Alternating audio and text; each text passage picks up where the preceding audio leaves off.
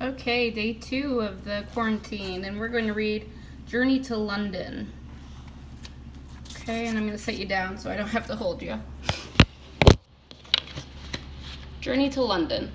The great yellow wasteland lay dim and milky in the moonlight as the big, friendly giant went galloping across it. Sophie, still wearing only her nightie, was reclining comfortably in the crevice of the BFG's right ear. She was actually in the outer rim of the ear, near the top, where the edge of the ear folds over, and this folding over bit made a sort of roof for her and gave her wonderful protection against the rushing wind. What is more, she was lying on skin that was soft and warm and almost velvety. Nobody, she told herself, had ever traveled in greater comfort.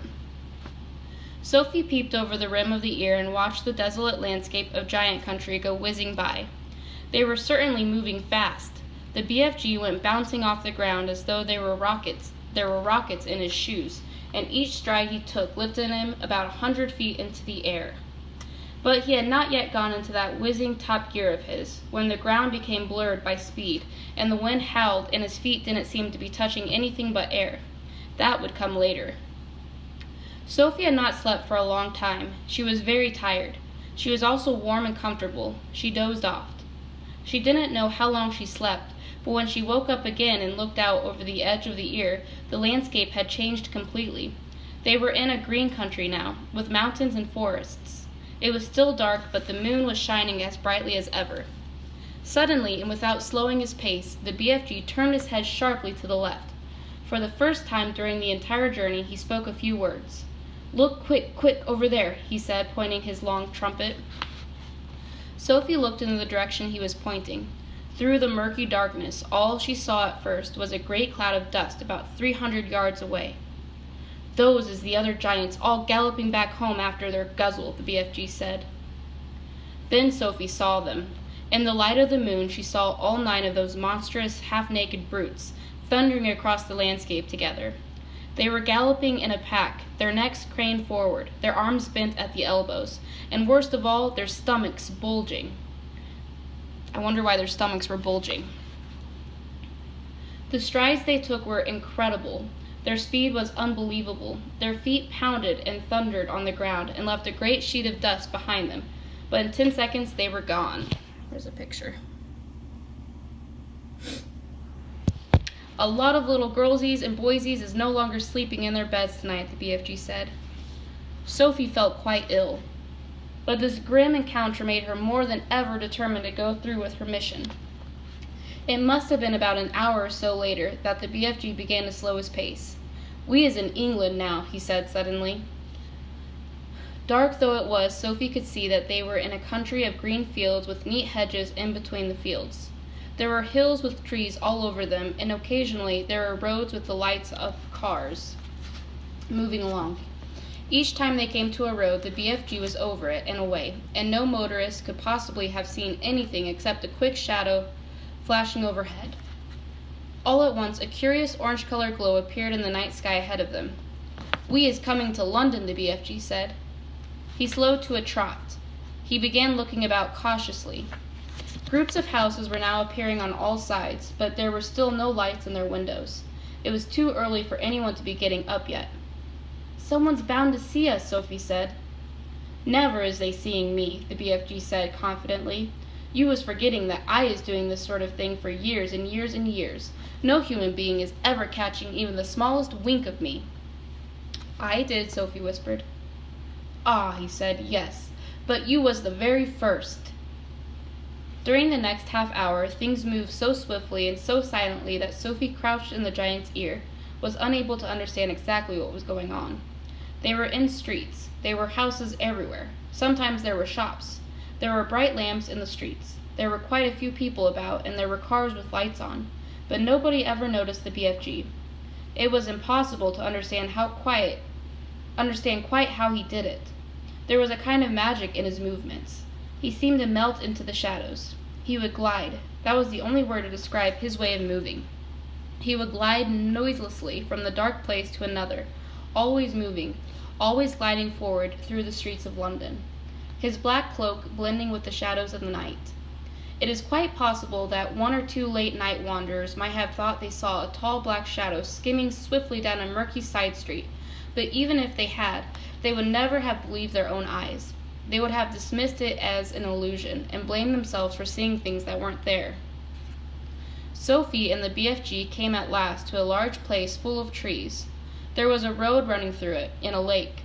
There were no people in this place, and the BFG stopped for the first time since they had set out from his cave many hours before.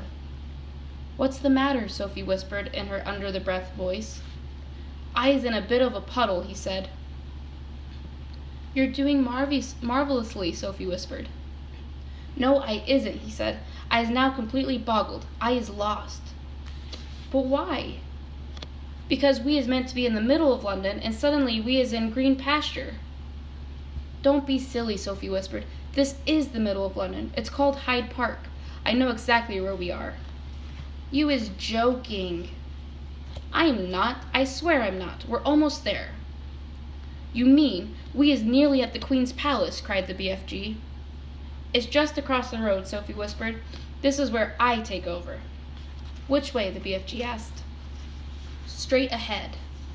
The BFG trotted forward through the deserted park. "Now stop." The BFG stopped. "Do you see that huge roundabout ahead of us just outside the park?" Sophie whispered. "I see it. That is Hyde Park Corner." Even now, when it was still an hour before dawn, there was quite a lot of traffic moving around Hyde Park Corner. Then Sophie whispered, "In the middle of the roundabout, there is an enormous stone arch with a statue of a horse and a rider on top of it. Can you see that?" The BFG peered through the trees. "I is seeing it," he said. "Do you think that if you took a very fast run at it, you would jump clear over Hyde Park Corner, over the arch, and over the horse and rider and land on the pavement on the other side?" "Easy," the BFG said. "You're sure? You're absolutely sure?" "I promise," the BFG said. "Whatever you do, you mustn't land in the middle of Hyde Park Corner." "Don't get so flussed," the BFG said. "To me, that is a snitchy little jump. There's not a thing-a-ling-a-ling to it." "Then go," Sophie whispered.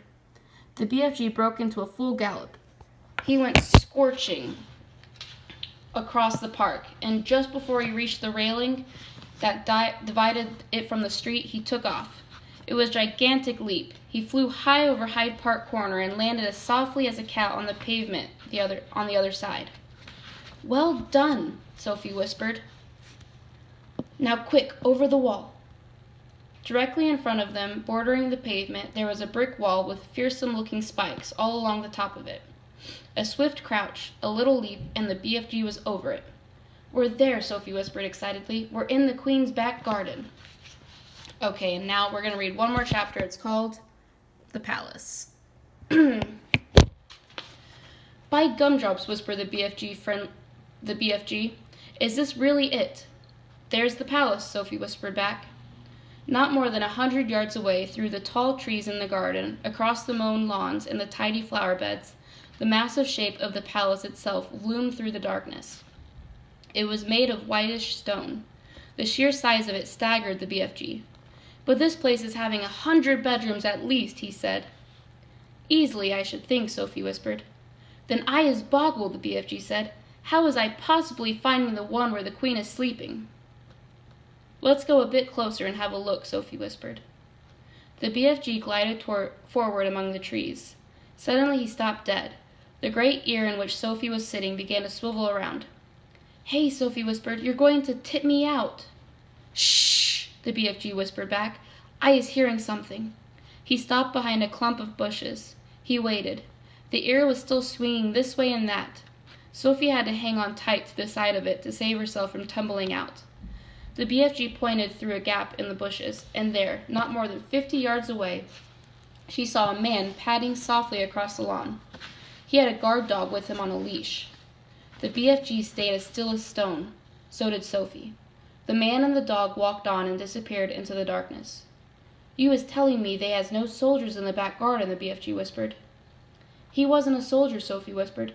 "He was some sort of watchman. We'll have to be careful." "I is not too worried," the BFG said. "These waxy big ears of mine is picking up even the noise of a man breathing the other side of the garden." How much longer before it begins to get light? Sophie whispered. Very short, the BFG said. We must go pell-mell for leather now. He glided forward through the vast garden, and once again Sophie noticed how he seemed to melt into the shadows wherever he went. His feet made no sound at all, even when he was walking on gravel. Suddenly, they were right up close against the back wall of the great palace. The BFG's head was level with the upper windows, one flight up, and Sophie, sitting in his ear, had the same view. And all the windows on that floor, the curtains seemed to be drawn. There were no lights showing anywhere. In the distance, they could hear the muted sound of traffic going around Hyde Park Corner. The BFG stopped and put his other ear, the one Sophie wasn't sitting in, close to the first window. No, he whispered. What are you listening for? Sophie whispered back. For breathing, the BFG whispered. I is able to tell if it is a man-human being or a lady by the breathing voice. We has a man in there, snorting a little bit, too. He glided on, flattening his tall, thin black cloak body against the side of the building. He came to the next window. He listened. No, he whispered. He moved on. This room is empty, he whispered. He listened in at several more windows, but at each one he shook his head and moved on. When he came to the window in the very center of the palace, he listened but did not move on. Ho, ho, he whispered. We has a lady sleeping in there. Sophie felt a little quiver go running down her spine. But who? She whispered back. The BFG put a finger to his lips for silence. He reached up through the open window and parted the curtains ever so slightly. The orange glow from the nighty sky over London crept into the room and cast a glimmer of light on its walls. It was a large room, a lovely room, a rich carpet, gilded chairs, a dressing table, a bed, and on the pillow of the bed lay the head of a sleeping woman. So Sophie suddenly found herself looking at a face she had seen on stamps and coins and in the newspapers all her life. For a second she was speechless. Is that her? The BFG whispered. Yes, Sophie whispered back. The BFG wasted no time. First, and very carefully, he started to raise the lower half of the large window. The BFG was an expert on windows. He had opened thousands of them over the years to blow his dreams into children's bedrooms. Some windows got stuck, some were wobbly, some creaked. He was pleased to find that the Queen's window slid upward like silk. He pushed up the lower half as far as it would go so as to leave a place on the sill for Sophie to sit. Next, he closed the crack in the curtains. Then, with finger and thumb, he lifted Sophie out of his ear and placed her on the window ledge, with her legs dangling just inside the room, but behind the curtains. Now, don't you go tip-toppling backwards, the BFG whispered. You must always be holding on tight with both hands to the inside of the windowsill. Sophie did as he said. It was summertime in London, and the night was not cold, but don't forget that Sophie was wearing only her thin pajamas. She would have given anything for a jacket, not just to keep her warm, but to hide the whiteness of her pajamas from watchful eyes in the garden below. The BFG was taking the glass jar from the pocket of his cloak. He unscrewed the lid. Now, very cautiously, he poured the precious stream into the wide end of his trumpet. He steered the trumpet through the curtains, far into the room, aiming it at the place where he knew the bed to be. He took a deep breath. He puffed out his cheeks and, poof, he blew. Now he was withdrawing the trumpet, sliding it out very carefully, like a thermometer. Is you all right sitting there? He whispered. Yes, Sophie murmured. She was quite terrified, but determined not to show it. She looked down over her shoulder. The ground seemed miles away. It was a nasty drop. How long will the dream take to work? Sophie whispered.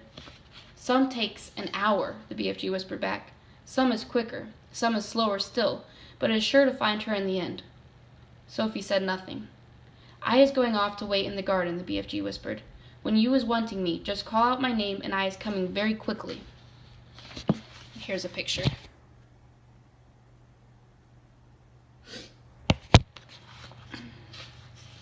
Will you hear me? Sophie whispered. You is forgetting these, the BFG whispered, smiling and pointing to his great ears. Goodbye, Sophie whispered. Suddenly, unexpectedly, the BFG leaned forward and kissed her gently on the cheek. Sophie felt like crying. When she turned to look at him, he was already gone. He had simply melted away into the dark garden. Okay, and the next chapter is The Queen, but we'll read it later.